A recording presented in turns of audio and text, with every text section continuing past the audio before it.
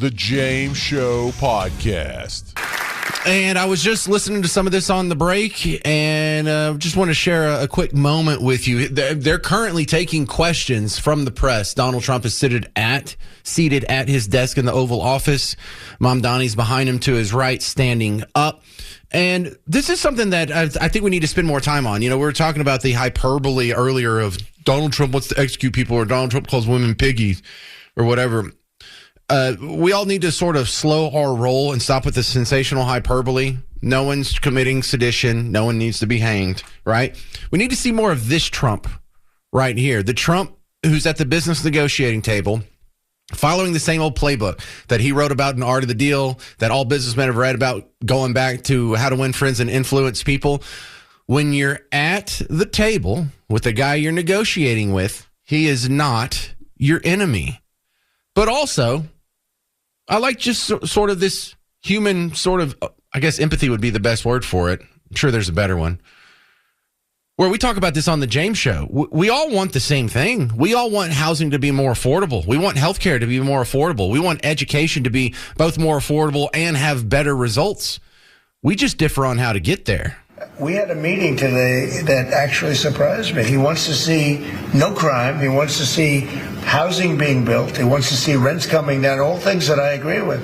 Now, we may disagree how we get there. The rent coming down, I think one of the things I really gleaned very much today, he'd like to see him come down, ideally, by building a lot of additional housing. Yeah. That's the ultimate way. He agrees with that, and so do I. But if I read the newspapers and the stories, I don't hear that. But I heard him say it today, and I think that's a very positive step. All right, so I love that angle to it, because if we can stick with that, if that can be the baseline for our conversation, then what we're going to have after that is necessarily just an economic argument. No one's a good guy or a bad guy. We both want the same things. We both want poor people to be in as good as housing as we can possibly set up for themselves. We just differ on how to get there. But that's not how it ends up. It ends up you're a racist, sexist, bigot, homophobe. A lot of that is because they can't win the economic argument. Socialism is the flat earth of economics. No matter how much has been disproven, there's still some people who just persist in believing. And then you end up with the kind of rhetoric. Look out for white rural rage from MSNBC. Yeah, that's going to be the next thing. You got to watch out for those white rural people, those MAGA voters. You got Michelle Obama giving out a message to white people last weekend. Hey, you big bunch of idiots, just shut up, listen to me, and don't touch my hair. You got the whole media hype about white cops killing black men for sport like it's some sort of hobby. And you fuel this rage, you fuel this emotion, you just whittle that hatred down to a razor's edge, and now you can't have a rational discussion anymore. That's the problem. And now people are getting set on fire on trains. They're getting stabbed to death on trains. ICE agents are getting shot at. Steve in Weatherford, you're on WBAP. Hey, sir. Good afternoon. I sincerely believe that these judges and the judicial system likes turmoil in our country. Imagine there is no crazy stuff going on. How are these lawyers going to make their money that they then contribute to the judge's campaign? They like turmoil. Right? Okay. They like turmoil. Now, you described it on the front line issue, scaring people into donating and then, your local voters and whatnot. But if you go read their literature, if you read communist/socialist literature, they talk about agitating. That's the word that they use, is agitating. They don't want people to be comfortable, because if we're comfortable, we're not going to overthrow our capitalist system and institute their preferred system. And since capitalism's not going to fail on its own, they have to manufacture discomfort. That's why they call themselves agitators. So, yeah, they want you to be uncomfortable. They don't want you to be safe. They want homeless people accosting you. They want criminals getting out over and over again. They want the turmoil. They want people overburdening the system with social programs so that the whole damn thing collapses and they can finally prove that this was late-stage capitalism, and the only thing that's going to fix is this socialism, because we've been telling you silly capitalist pigs this whole time it wasn't going to work. It's big money. Now, we do have one other thing coming out next year. I heard there's going to be a new movie. It's a sequel to the one called Dumb and Dumber. The new one's going to be called Dumb and Dumber and Jasmine Crockett. All right, don't fall in that trap. I don't think she's actually dumb. I don't think I think she's playing a part, and I think she's doing it very well. And as much as we've seen her like step in horse poo this week, she did more. Do you realize this, Stephen Weatherford? She did more unscripted media this week than Kamala Harris did her entire 107-day campaign. She took more unscripted, unprepared questions this week than Joe Biden took the last 2 years of his presidential term. Maybe the whole 4 years of his presidential term. She is, don't make fun of her, she is the head of the Democrat Party right now. Not saying she calls the shots on who gets the donations from the Democrat Party or whatever, but as far as the voters go, as far as the media goes, as far as the influence goes, she's number one. She was on TV this week more than AOC. She was on TV this week more than Chuck Schumer and Hakeem Jeffries, the guys that actually run the Democrats in the Senate and the House. This was during a shutdown deal. This was during all kinds of other turmoils. This was during the Epstein flare-up. She's the face. She's the front runner right now. She is going to be on the stage in the Democrat primaries for president in the next election. Mark it. I hope so. Yeah, I kind of do too. Good stuff. Stephen Weatherford. Thank you very much, sir. And this is probably one of the headlines we would talk about if the media actually wanted to give you headlines that were newsworthy, not someone was called piggy, or Trump wants to kill 6 Democrats in Congress, or something to that effect. So to give you an assist with a very important headline that's kind of being overlooked right now, David Hamilton's coming back on from the National Security Economic Center at UNT. David Hamilton, first off, been a while. Welcome back, sir. Good to see you. Been a while. Thanks for having me back. And I have heard nothing in the headlines about Russia and Ukraine, probably since the last time you were on, which was a month or two ago. What's the update? Where are they at on that? Well, bless you for covering this because, like you said, we like to cover silly things because we're often a silly nation. We don't like to talk about serious things like war. But I know, right? Someone was called Piggy, David. That's important. Yeah. So we have our priorities straight. Bottom line on this is a bad deal for Ukraine, in my opinion. Having said that, I've been on your show many, many times saying we need to have a discussion. We need to have a proposal. They need to be negotiating. And this is not, I guess, a first start, but it's a start, and it needs a lot of changes to it. But I am gratified that we're trying to have some substantive discussions about a negotiated peace, and that this war might not last until my kids are my age. So what is in this ceasefire discussion so far, and what parts do you not like? There are lots and lots of major territorial concessions. There is a reduction in the force of the Ukrainian military. Before the war, it was a little over 250,000. It's at 880, 890, depending on who you listen to. They want to cap it to 600, so they want to reduce the size of the Ukrainian military. So that's not good for them. It does have some of the conversations that you and I talked about as sort of some sort of where there's a mutual non-aggression pact, which is sort of like you and I talked about with maybe getting rid of NATO, where NATO is ostensibly developed, to be against Russia. So that gets rid of that. The cornerstone of the entire thing was something you and I discussed earlier on, was the idea of no Ukraine in NATO. You putting Ukraine off NATO. There's still some discussion that might join the EU for economic reasons. Okay. There's discussions about unfreezing Russian assets, giving them some of their money back, and we getting half of that. We making a profit of that. There's just all sorts of things in this. And if I was Ukraine and I didn't have to say yes, I would say no to this. But this is a wish list, and I think you go down it and you say can't do this, can't do that, and they go back and forth. And if they came in and it was somewhere in the middle, then Ukraine might have to say yes, especially if the United States is backing it. So when you say major territorial concessions, that implies that there's some territorial concessions that we'd be okay with, and this exceeds that. Yeah, one man's opinion, allowing Russia to continue to occupy Crimea, which is in the southern part, which they've had for some time. That's not really a concession, one or the other, right? And then territories that they currently occupy and them keeping some of those. Okay, that's a point we could discuss. But there's also some in here talking about some of these areas that are not currently occupied by the Russians. They don't have control of, and the Russians would control those. And for me, that would be a non-starter. I'm not going to let you take ground you haven't already gained, you haven't taken. So what's their claim to that? Is it majority Russian ethnicity and makeup, or are they wanting to get some rare earth materials that are in that territory? Well, why does Russia want these extra territories that they haven't even conquered yet? Really, kind of for all those reasons. One, there is a sort of in those particular disputed areas, a lot of Russian-speaking and ethnically Russian people. They're also heavily industrialized, and it's valuable, and they have capabilities. Not so much rare earths or other materials. Ukraine doesn't have a lot of rare earths, but they have a lot of strategic minerals. They make a lot of. They do have cobalt. They have a lot of steel and things like that. They're also the breadbasket of sort of Europe. So there's valuable, but these particular areas are just industrialized. All right. So he's not after like specific farmland or something to that effect. All right. No. Okay. So is there any chance that he is just trying to ask for too much because he wants us to keep going? Yeah. Well, the Russians are famous and almost in a Trumpian way to say, I want these 32 things. And when you get them down to 3, you feel like you've won. Right.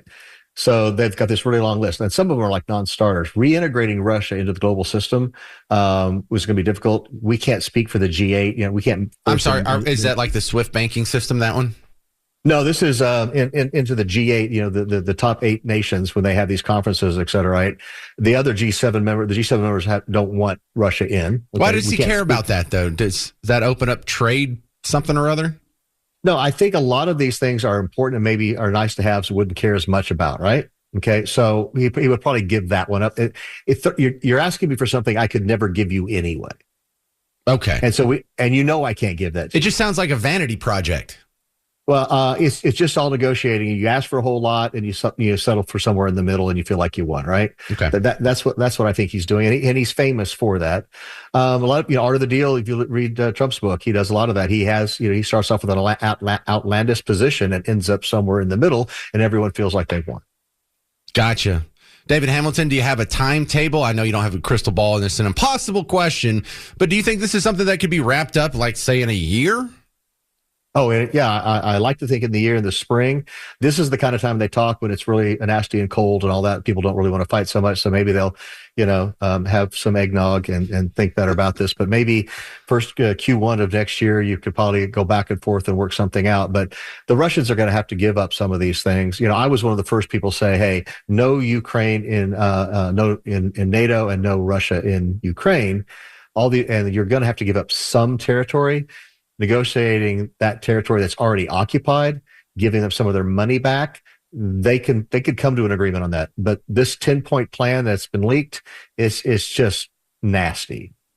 Okay, well, keep an eye on it for us. National Security Economic Center at UNT. How you guys doing? You have any events coming up? We do. General Kane, who's the chairman of the Joint Chiefs, has agreed in principle to come, if we can come up with a good date for him, to our 250th anniversary of our nation's birth and at the Medal of Honor Museum. So we'll have a whole bunch of Medal of Honor recipients. We'll have a great event there and the chairman of the Joint Chiefs. But I don't have a date, so it's not real until I get a date. Well, we were at the Medal of Honor Museum last week. That was fantastic. David Hamilton, thank you very much. How do they find your work online? They can go to the University of North Texas and NSES, I think, edu. Yeah, something like that. All right. Something like that. Just look us up at UNT. Your phone knows. Thank you, David. Garrett's World, if you're new to the show, there's a guy that sits on the other side of the glass over here, the producer for the James Show. His name's Garret. And he's so damn good and wholesome, it's suspicious. It's like working with Ned Flanders or the 40-year-old virgin or something like that. But he has some interesting stories we'd like to share with you. Interesting is in air quotes. So, in honor of Wicked for Good coming out today, I thought it would be a great time to talk. Hang on. Wicked for Good? You're doing a tribute to Wicked for Good? Heck yeah, I'm seeing it tonight. Oh, I told you, he's so wholesome. It's weird. It's commendable. It's admirable. I don't know. Most of the people I work with in radio have been just absolute degenerates. This is a new one for me. All right, let's try this again. So, in honor of Wicked for Good coming out today, I thought it would be a great time to talk about my own Oz-related experience. About 20 years ago, when I was 8, in the summer of 2005, time comes and goes so quickly here. Anyway, we took a road trip and we're traveling up north to South Dakota to visit Mount Rushmore on our family vacation. One of the states we had to travel through to get there was Kansas. At the time, and even still to this day, The Wizard of Oz was one of my favorite movies. And knowing its main character, Dorothy Gale, is from Kansas, I just knew there had to be something related to the movie in the state. I kept telling my mom, when we get to Kansas, we gotta go see Dorothy's house. However, my mom kept telling me The Wizard of Oz is just a movie and Dorothy's house isn't real. I kept insisting, and Mom kept saying no, that I was being silly. But just when I was starting to lose hope, we arrived at Kansas. A big Welcome to Kansas sign appeared on the side of the road. A short while later, an even bigger sign read, "Come visit Dorothy's house." My parents were completely baffled, and the looks on their faces were priceless. I just looked at them like, told you. So, of course we had to do it. We made our way to Liberal, Kansas, where Dorothy's house was located. To put it simply, it was awesome. In addition to its 1900-inspired rural Kansas house, there was also a yellow brick road, which featured names of many celebrities who had visited, including former President and First Lady Ronald and Nancy Reagan, and Liza Minnelli, the daughter of Judy Garland, who played Dorothy herself. This led to other areas of the park, including a Munchkin Land-themed playground and a picnic area, both of which we played and ate in. The house itself had a giant museum inside, featuring many pictures, facts, and other memorabilia related to The Wizard of Oz. With so much to see and do, we practically spent the whole day there. It was one of those completely unplanned experiences that became one of the best parts of our vacation. Let me know if you've ever visited Dorothy's house in Kansas. And that's today's edition of Garrett's World. Garrett, when you go to restaurants, do you still get the kids' placemat with the crayons, do the maze and stuff on it? No, I'm a little too old for that. I have my lines that you draw in the sand. You don't have any stories where you were living in some shady apartments and the illegal immigrant living next door to you got in a fist fight, so you had to go with his 15-year-old daughter to go translate and bail him out of Lou Sterrett? You don't have any of those stories? Nope, not that I can think of, no. All right. You're just a good guy. Coming up on the James Show, one of Garrett's relatives is going to call in and tell me what a great segment it is. 800-288-9227. 800-288-9227. That's if you want to jump in on the James Show. Garrett's already texted his relatives to call in, I'm sure. All right. Let's do a hard transition from that fun, lighthearted story to this one that this has really got my attention. At the beginning of the week, Governor Greg Abbott declared Muslim Brotherhood and Council on American Islamic Relations Muslim terrorist organizations, which has all kinds of legal dominoes that started to fall, including an announced investigation into their funding and whether or not they have Sharia courts. And then specifically, your governor on Wednesday referred to there's 2 Sharia courts in Dallas, and I think there's one in Collin County and one in Irving. And so I had heard about Islamic communities, and they got mosques that are opening up all over the place, and I didn't know there were any courts here though. So I've been looking for some stuff, and it's not coming from the mainstream media. It's coming from your secondary sources. This is a local influencer who goes by Salty Tattooed Mama, and she gave us a tour of these Irving, this Muslim neighborhood in Irving that's walled off. It looks like it has its own hospital, school, whatever, court system, maybe too. And this is the kind of stuff that's starting to get me really concerned. We all saw what happened in Irving, Texas over the weekend.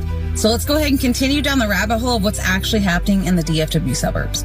Because once you see this, you can't unsee it. I'm going to show you clips of this video because the original video is over 20 minutes long. If you want the full thing, I'm going to go ahead and drop the X link down in the comments and y'all can go watch the whole thing there. What you're about to see are new neighborhoods that are popping up within Irving and Plano.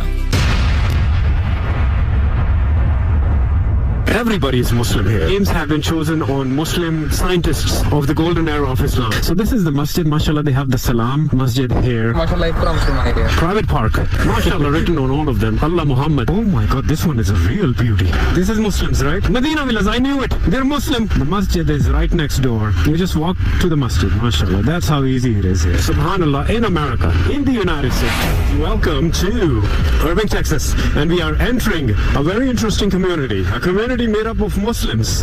A community where the street names are all Muslims. This is the Valencia State's Mahmoud Egal Drive. These are not just immigrant communities. These are entire subdivisions themed around one ideology, one culture, and one worldview.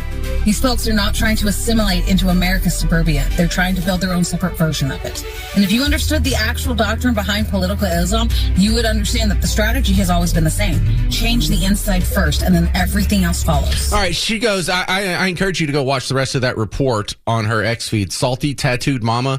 If you don't find her, that's all right. I retweeted it, so if you follow me or WBAP on Twitter, you can see the whole thing. But as a libertarian as I am, you have found my boundaries. I am a live and let live guy to the hilt. Unless you want to come in here, set up your own society within a society, not follow our courts, not follow our laws, not follow our Constitution, and have your own little nation within our nation, well, then now you're not an immigrant. Now you're an invader. Now you're literally a colonizer. That's what that is. If you wall off your own little sovereign piece of land and you run it the way you see fit and not what the nation around you, that is a colony. That is the definition of a colony. And for the people who use colony as a bad word, you're kind of right on this one. What happened to the Indians when we did this in North America? The Indians are gone. The colonizers took over. That's what's going on here. If you want to immigrate, and it's not because they're Muslim, it's because they're not assimilating. No one wants to squish the religious beliefs of Dave Chappelle. No one wants to squish the religious beliefs of all the Muslims that live in Dallas-Fort Worth that don't wear a hijab and they wear gold jewelry and they eat pork and they're pretty damn secular and they follow our laws and courts and they don't want to segregate out and have their own little Sharia city. But this is exactly where they cross the line. You want to come here? You want to come to America? Then follow our courts, follow our laws, follow our Constitution. If not, you're not welcome. Go back. You want to live in an Islamic society? Return from whence you came. And it's not because they're different. It's because of what they believe. Have Muslims gone into any country, become the majority, and things turned out better for the women in that country? I don't want my daughters and granddaughters to be forced to wear a hijab or to be seen as second-class citizens or to not have their witness count in a court of law as much as a man's. Our society's better. Our Constitution is better. Our way of life is better. If you don't like it, you're not welcome here. Governor Greg Abbott declares Muslim Brotherhood and CARE, Muslim terrorist organizations, announces an investigation into some specific groups and named in that 2 Sharia courts in Dallas, 1 in Collin County, and some other communities around here that are suspected of doing the same thing. To give me an assist on this from the Dallas Express, Chris Putnam's coming back on. What's up, Chris? How are you, James? Thanks for having me. I'm doing okay. I didn't know we had 2 Sharia courts in Dallas. Did you know about this, or is this news to you too? Well, what I knew about was there's this group called the Islamic Tribunal, which is like a self-described mediation and non-binding arbitration firm that basically helps Muslim communities adhere to Islamic principles. And so they're pretty creative in terms of how they do these things, clearly. So that's a Dallas-based group. It definitely exists. And so I think it's fair to say we have some Sharia tribunals in the area. Yeah, and so I was playing in the last segment, some online independent journalists were showing a Muslim community in Irving that's walled off, and it has all Muslim named streets, and it has the temple next to the whatever Islamic center next to, and it sounds like they're already building their little Sharia neighborhoods as it is. I mean, this is just happening right under our nose, and it seems to be happening fast. It happens quickly. I'll tell you from personal experience, I used to travel globally quite a bit. And in places like Germany, in particular in southern Germany, and London in particular, it's crazy how quickly that dynamic took over. And of course, in London, you have a Muslim mayor, and the city is frankly unrecognizable. And look, everybody's going to scream and cry racism and, anti-Islamic this and that, but this stuff is real. I mean, we've seen example after example after example of it. I mean, look what's gone on in the Minneapolis area. Look what's now going on in New York City, where 48% of the voters in that last mayoral election were non-U.S. born citizens. If you pretend like this isn't happening, you're kidding yourself. I mean, it's like you said, it's happening right under our noses. Well, I am a libertarian, and probably to an annoying degree, I'm going to live and let live kind of guy on WBAP. I think all drugs should be legal. You should be able to marry whoever you want to marry. Any weird thing that consenting adults want to do, I'm kind of okay with that, even if it's weird surgeries or sex things or whatever. But this is actually past my boundaries. If you want to come here and have an extrajudicial community that doesn't follow our laws, that doesn't follow our Constitution, then you're not an immigrant. You're an invader. You're a colonizer, is the way I see it. Yeah, look, in this case, I don't disagree. And I struggle with these things as well. It's very similar to the conversation we had not long ago with casinos. We also had a conversation a week or two back about H-1B. And it's about assimilation, and this is the opposite of assimilation. This is, I mean, they're forming these communities, obviously, and so they can all group there, of course, and then manage to their own rule of law. And I agree. I think that takes it way too far. So what do we do about it, Chris? Well, as you know, the governor in September signed House Bill 4211. Which targets business schemes or these developments that create discriminatory housing arrangements like Epic City, for example. I mean, they're not going to welcome a lot of, Christians or other religions in there. And it prohibits developments that seek to establish an entire city that is only open to a specific religious group and subjects residents to Sharia law. So there's a law out there now. And of course, he made the announcement this week about CARE, of course, and about investigating these tribunals, CARE and the Muslim Brotherhood, and designating them foreign terrorist organizations. So it seems like they're putting as many legal tools in the toolbox to try to get some control over these things. But it'll be about enforcement, right? And often, that's where we fall short. We had a lot of laws in place as well to deal with border security, and that didn't really matter. There's a cost to enforcement, right?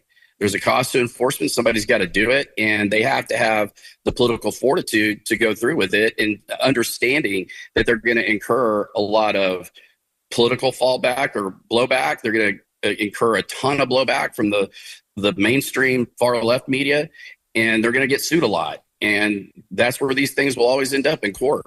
And then it comes down to whether or not, the laws that we pass in Texas will hold up in those courts. So as you know, redistricting right now has been paused because a federal judge has ruled that it shouldn't proceed. And that's going to have to go to the Supreme Court now. So that, they're very adept at lawfare as well.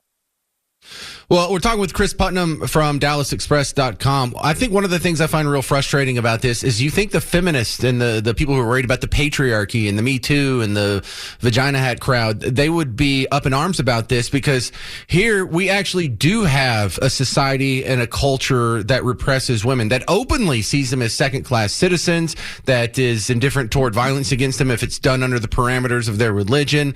And we're not getting any support from them. They're running around saying free Palestine, flying the Palestinian flags, calling us racist for pointing it out, or saying we're xenophobes. And here we are actually trying to protect the women of America by keeping their oppressors out. Well, not just the women, right? I mean, I have a very diverse group of friends, and not all of them share my personal politics, but the lesbian and gay community too, right?